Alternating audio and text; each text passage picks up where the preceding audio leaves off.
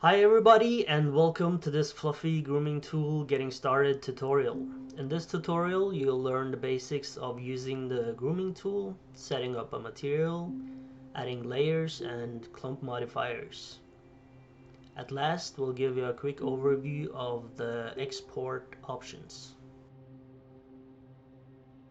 Let's begin by opening the fluffy grooming tool UI. Click on Tools, Fluffy Grooming Tool and launch Fluffy window.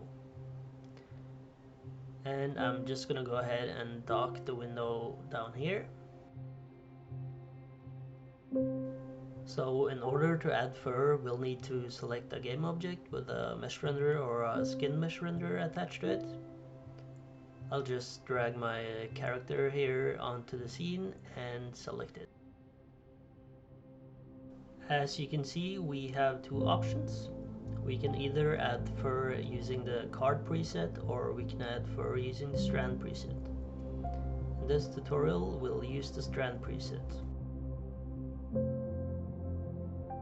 And after a few seconds, we have fur attached to our character, and we also have lots of options in our grooming tool window. As you can see down here at the bottom, we also have a new fur renderer attached to the game object. And this is responsible for rendering the fur, and it holds basic settings such as wind, colliders, and motion that can all be changed at runtime.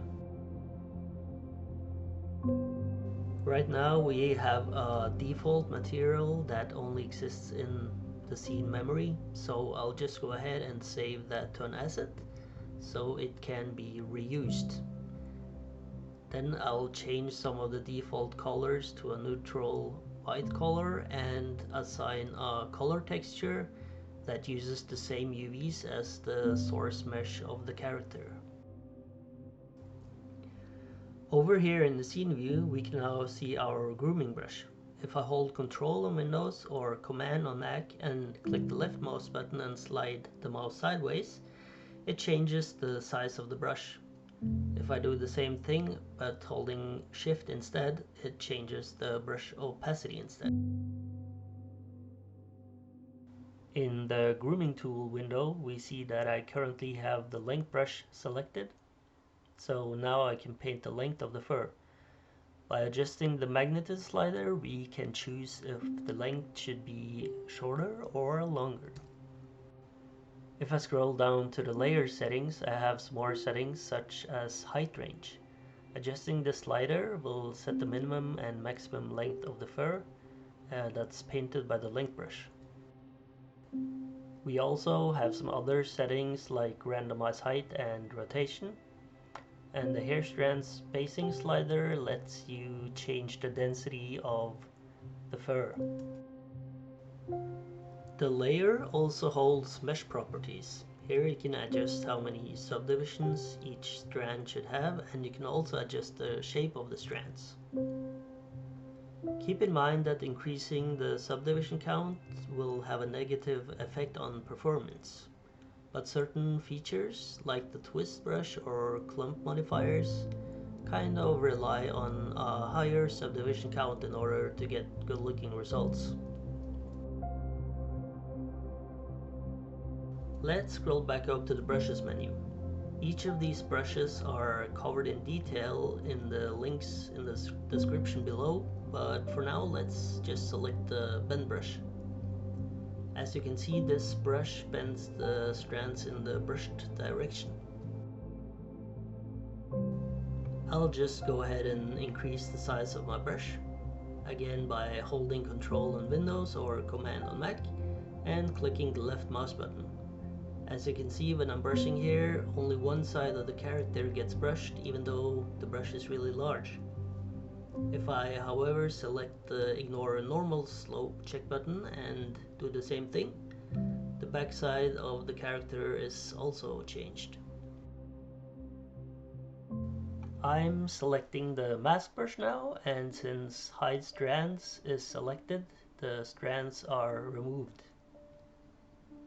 I can show them again by selecting Show Strands. But let's hit Ctrl Z to undo. Let's scroll down to the layer section again and hit the add clump modifier button. This will add a clump modifier, and as you can see, the fur is now clumped into these small chunks. The clump spacing slider will adjust the spacing between each clump, and the attraction curve lets you set the attraction intensity. The add layer button lets you add a new layer that can be groomed separately from the other one. You can add as many layers as you please. And as you can see, layer 2 is now set as the active layer and is the one affected by the brush.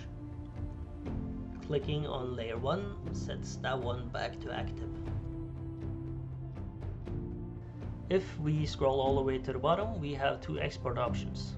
The export to mesh option lets you export to a mesh or a skin mesh. And this option is meant for creating small grass patches, bushes, etc. Or if you for some reason need a regular mesh renderer instead of the fur renderer. It's not recommended to use this option though for strand-based rendering, since it will create a very large mesh file, and currently this option does not support colliders, wind and motion. Instead, let's go ahead and export to a fur renderer. This option will prompt you to save your fur into a fur container. I'll choose my folder and hit save. Optionally, you can also save the groom into a groom container in case you want to edit the fur later on. But keep in mind, this will also take up extra disk space. Thank you very much for watching. We hope this will give you a good start into using Fluffy, and we look forward to seeing you in future tutorials.